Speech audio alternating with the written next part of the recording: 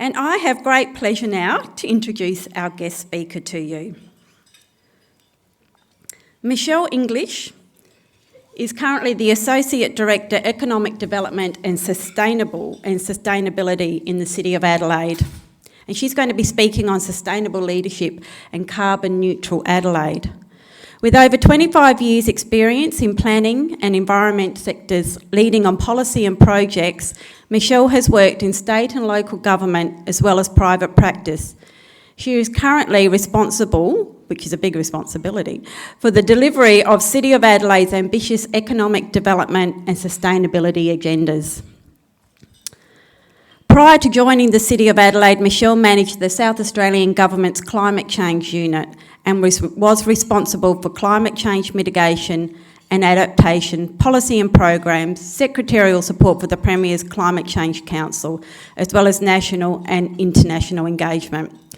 So we're very honoured to have you here today, Michelle, and we really look forward to your talk and finding out ways that as Rotarians we can also support a carbon neutral city. So I invite Michelle English up now to give her presentation. Thank you.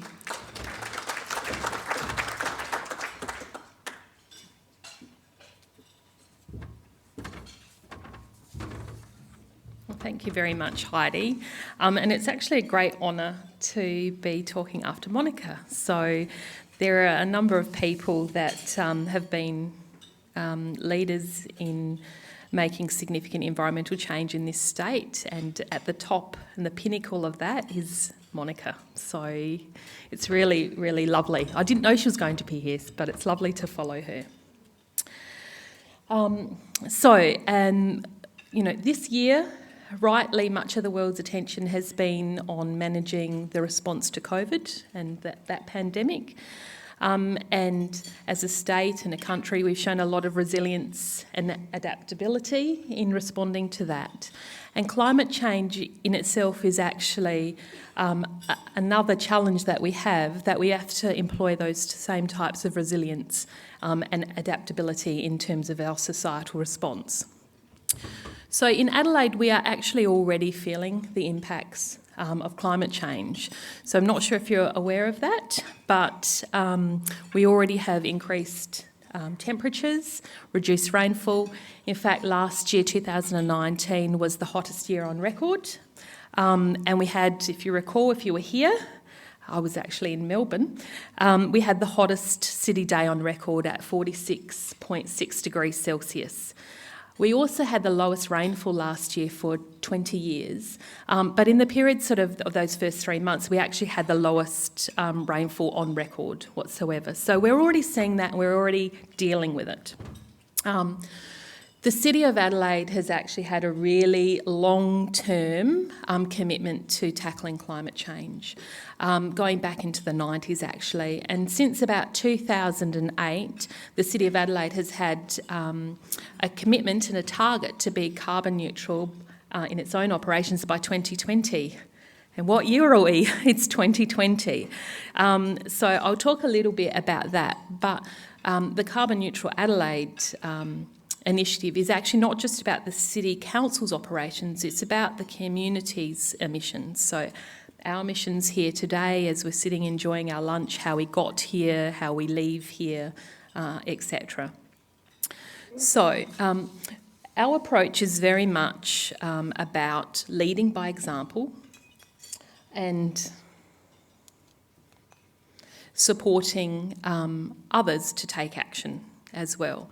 So I've really talked about why carbon neutral. It's a challenge that we're facing globally.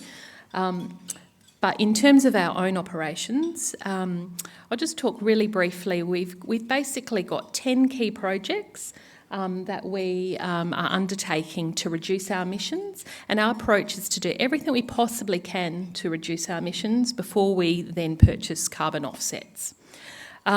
So this year we're actually right in the final stages of our certification process with the Federal Government's Climate Active certification program. And these are the 10 projects. I'm not going to go through all of them, but I'll just talk to 2 of them. What's really important about all of these projects is they're not just reducing carbon emissions, what our approach is to look at what are the co-benefits of anything that we're doing. So these projects are either also saving us money, and a significant amount of money, creating efficiencies in what we're doing, but also opening up new areas of innovation within our own operations. So I'm going to talk about two of these just briefly, and one is about 100% renewable electricity, and then the other is around our fleet.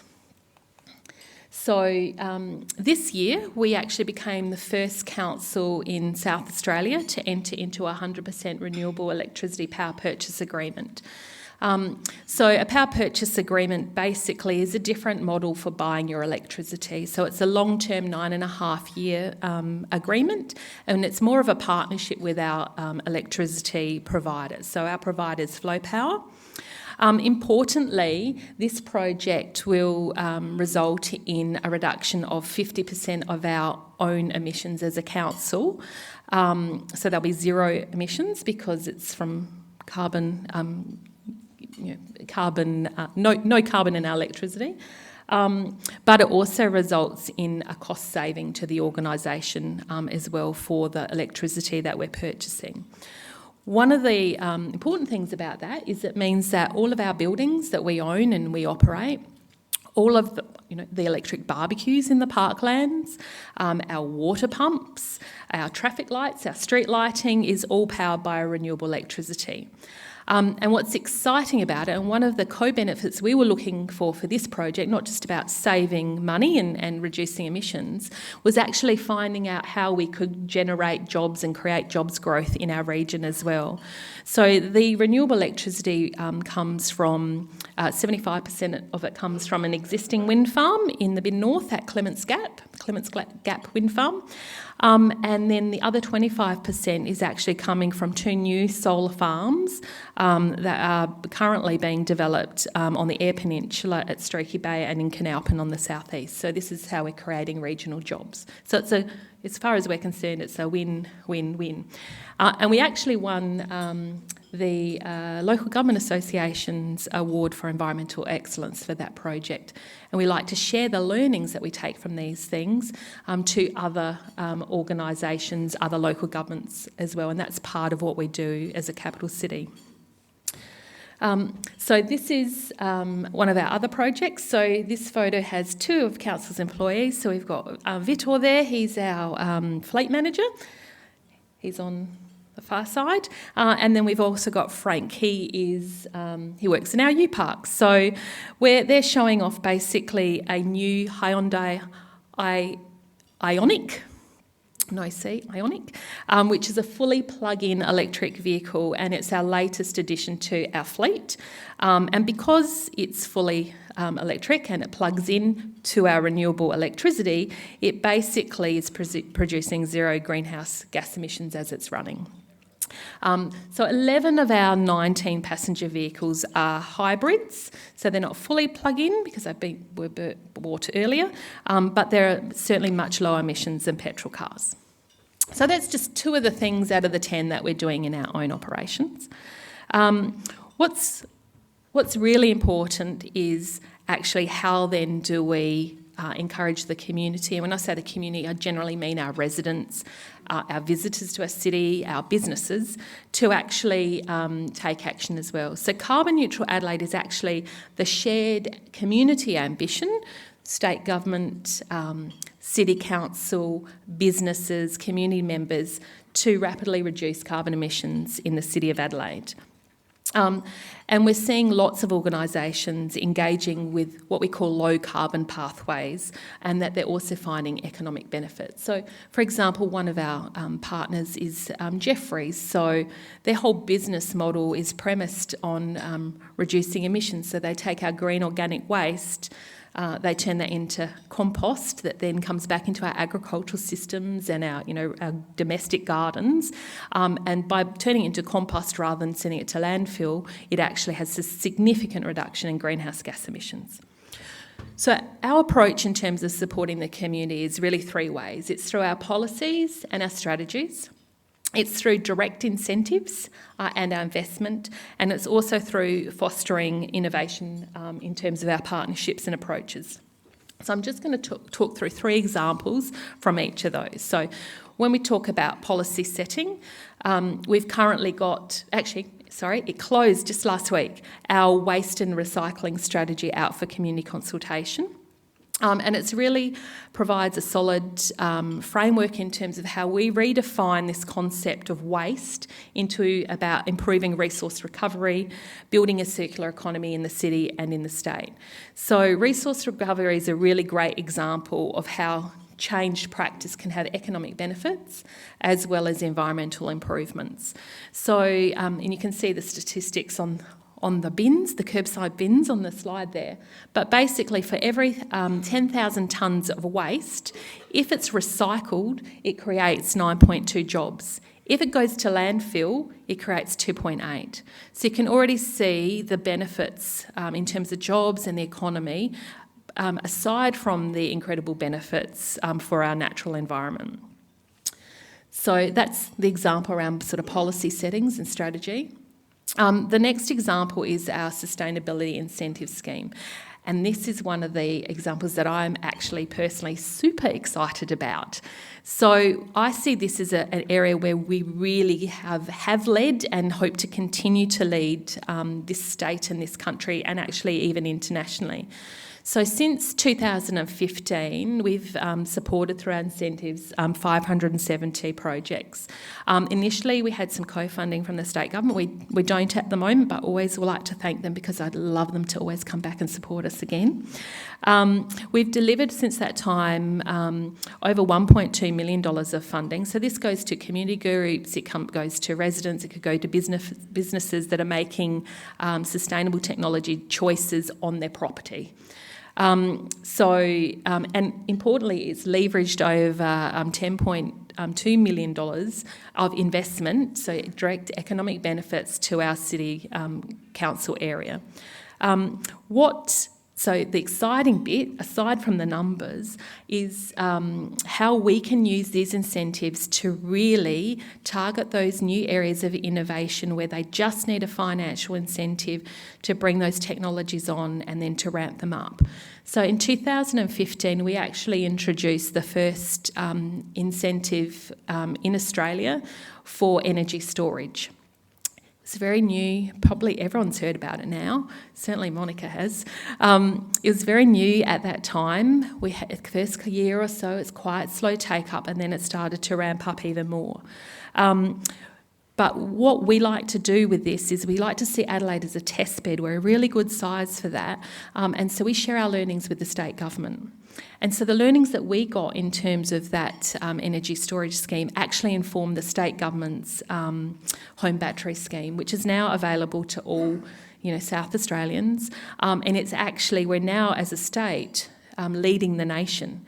And it has actually helped to grow local investment in these new technology areas as well. So we've got local battery manufacturing industry. Sonnen, just a couple of years ago, came into the state. That was a good example of where we really got it going at the right time.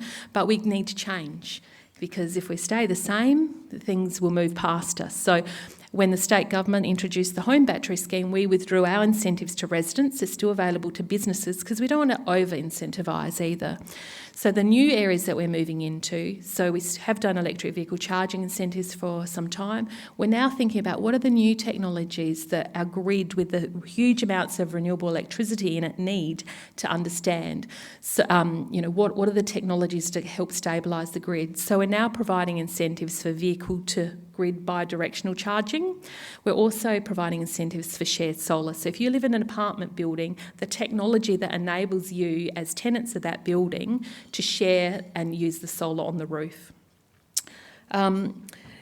So that's the one I'm particularly excited about. And I do have to say, though, I am not an engineer or a technology expert. I'm a policy person, and we rely on people who actually do understand those technologies. So Another way that, and it's the same photo, sorry, I had a different great photo, but it just didn't like your computer. So you get to see Vitor again.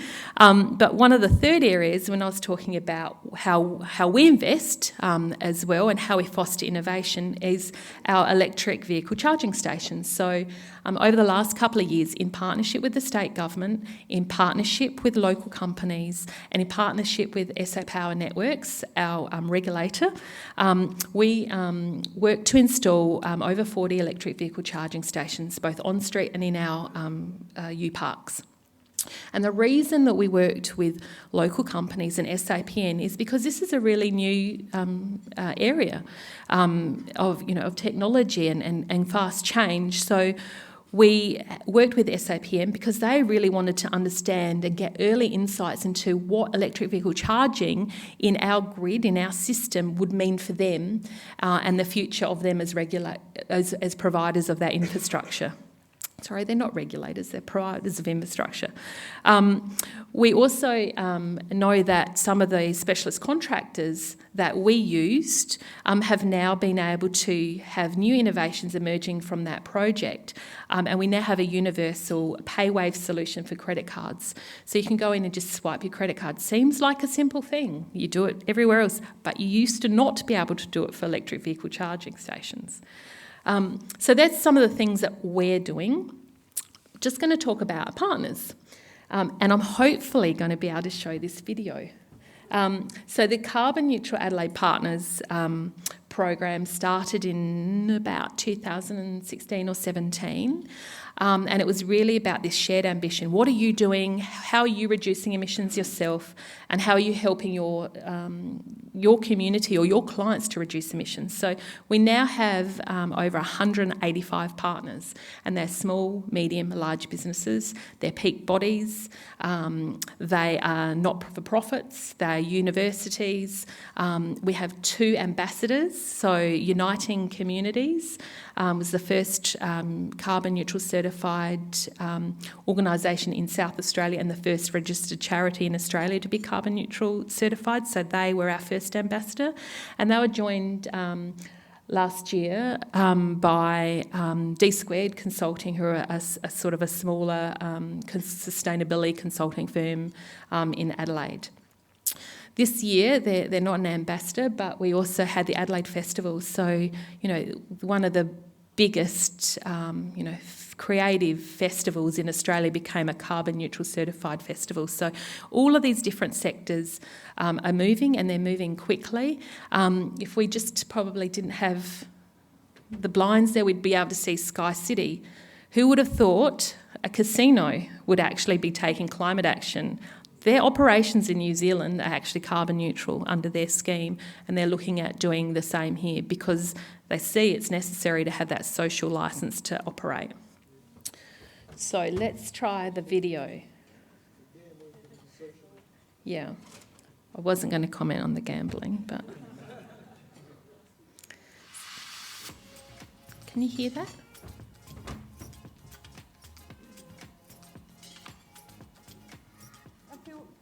Be a part of a community striving to address emissions. It's really great to see increasingly the narrative has changed. Every one of us who lives in this wonderful city can connect to it. This is not about somebody else doing something. It's about all of us working together in a range of different ways to engage with the futures we want. The simplest thing you can do is to measure, to actually know what your footprint is, what impact you are having on the environment and the community around you, and then to look to reduce your emissions. For individuals or cities or anything, the biggest sources of emissions are often waste, transport and energy. So you need to think through your consumption patterns. What are you wasting, and what are you buying? Using reusable drink bottles, reusable keep cups, taking public transport when you can. Just make those little tiny changes, and I think they make a big difference when you multiply them by millions of people. You need to think through how you travel. So public transport is less emissions than driving a car. It's a good feeling to know that you're not contributing to climate change. My car runs on sunlight. Ride a bike if you can't get an electric car.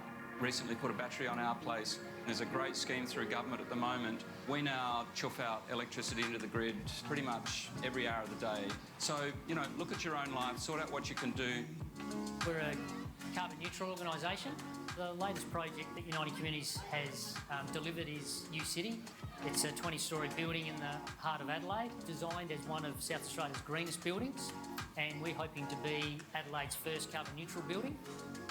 We just did a 100% power purchase agreement, 100% renewable energy for the City of Adelaide's operations, and that also created jobs.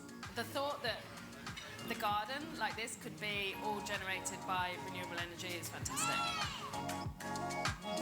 If you can't completely eliminate them, and it's difficult to do that, and we haven't been able to, we then purchase offsets. We actually see a lot of benefit in that, because the programs that those offsets are tied to are actually generating benefits for the community. We're just taking collective action in the interest of our clients, our staff, our volunteers and the wider community. You can't do all this and don't need to do it all on your own. There's lots of partners out there and lots of great networks, and that's why we're so closely aligned with Carbon Neutral Adelaide. There's a whole lot of expertise that we can draw upon, and we're also happy to share our experience with anybody who's interested in looking at this and seeing what they can achieve as well. Aiming for something like carbon neutrality together really brings people together. It helps to build communities, it connects people and helps people network, and then we have a stronger sense of place and belonging, and we have more resilient and stronger communities and neighbourhoods. Can you have economic development and drive jobs at the same time as solving solutions for other people? So how do we put all those bits together? How do we have electric vehicles? How do we have industries providing solutions to the rest of Australia and the rest of the world? Adelaide's doing a great job of that. That's what they need to do. I honestly believe that everybody has a part to play, so whether it's a resident or a community group or a business or a level of government, and it's only if everybody works together that this is actually going to happen.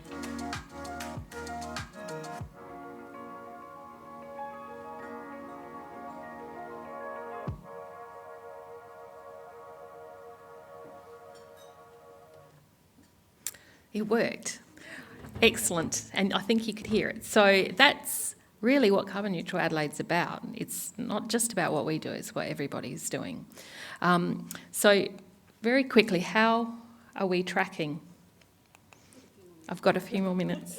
So how are we tracking? So just really quickly for people who like graphs, between 2007 and 2018 financial year, because our inventories are always catching up behind, we reduced our emissions in the community by 15%.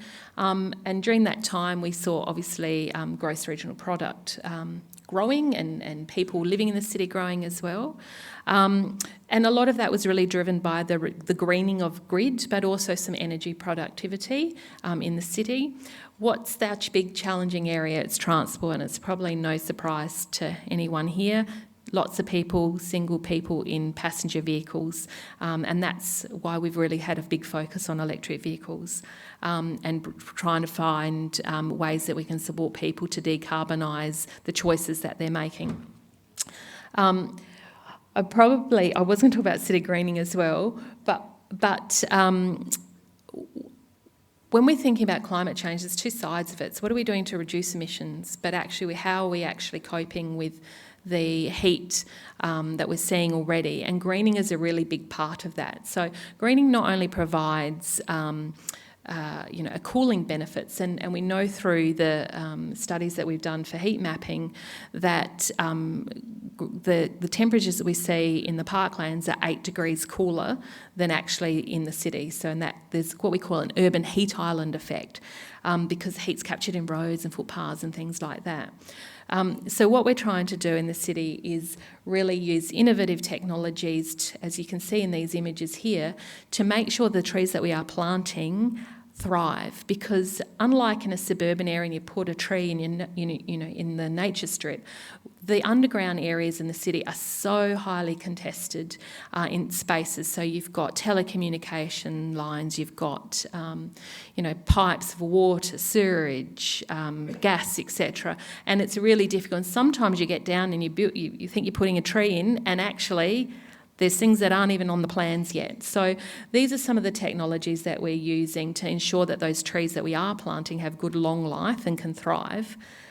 Because we know that streets that actually have a canopy cover over them rather than just no canopy can be 9.5 degrees cooler as well. So thinking about walking, through those spaces, which, there's 2 streets, which street are you going to go down? So you're going to go down the one with the trees.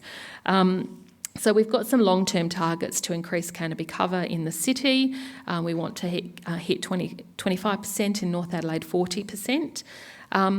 But we know in some places we're just not going to get trees in. So we're also looking at other innovative ways that we can actually improve greening. So these are just some examples. We've got green walls, we've got green screens going in the city soon as well.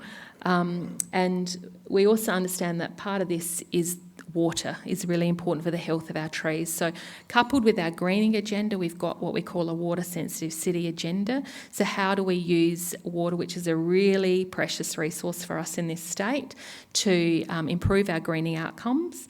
But also and one of the things we're looking at is how we use different sources of water. So not just potable water.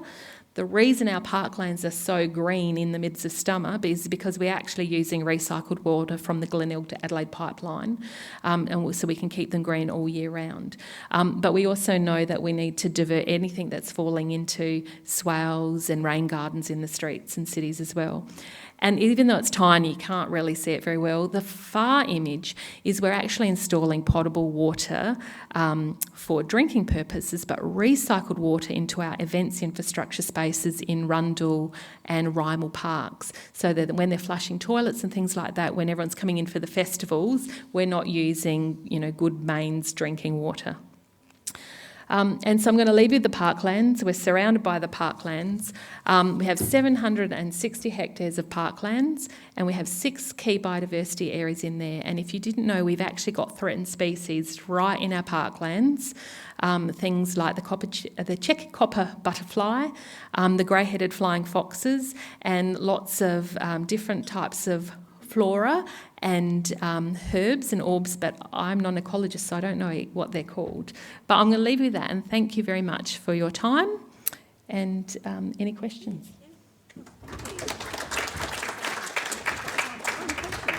Sorry. Thank you very much, Michelle. I think we've got time for at least one question. Laurie Lewis, just over there.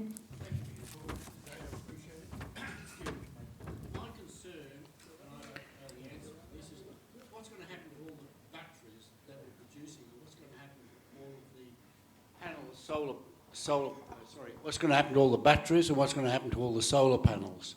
It is a very good question, and it's certainly not a city council response. It's something that we need to do as an industry-wide, so working with green industries, working with the federal government as well. So there certainly are some projects in place where you can reuse parts of your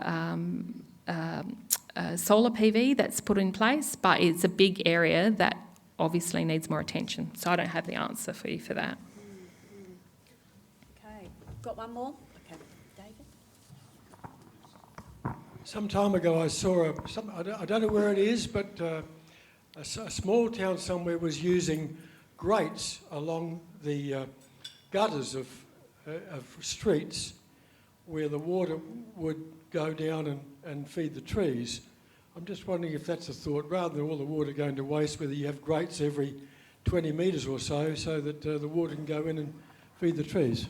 Yeah, absolutely. Absolutely it is, and it is one of the things that we are looking at. So you'll see some of the designs, as we're starting to put more trees in, will actually divert the water specifically into what we call rain gardens so that those trees can use it, and it's captured in underground, which is why we had those plastic cells so that the water can fill it up. Okay, all right, thank you. Stay here for a minute. I've got to thank you. Well, everybody, I'm sure you all found that a very informative talk, and I'm sure Michelle will be very keen to speak with our club about how we may be able to do something to contribute to carbon neutral Adelaide, since we meet here every week at the Adelaide Oval, so we'll be in touch. So as a way for us to say thank you, we would like to present you with this certificate, Michelle. And this certificate indicates that a donation will be made on your behalf to mitigate and contain the COVID-19 pandemic and to support efforts to eradicate polio worldwide through the Rotary Foundation. So thank you very much. And if I can get everybody to thank Michelle in our usual way. Get a standing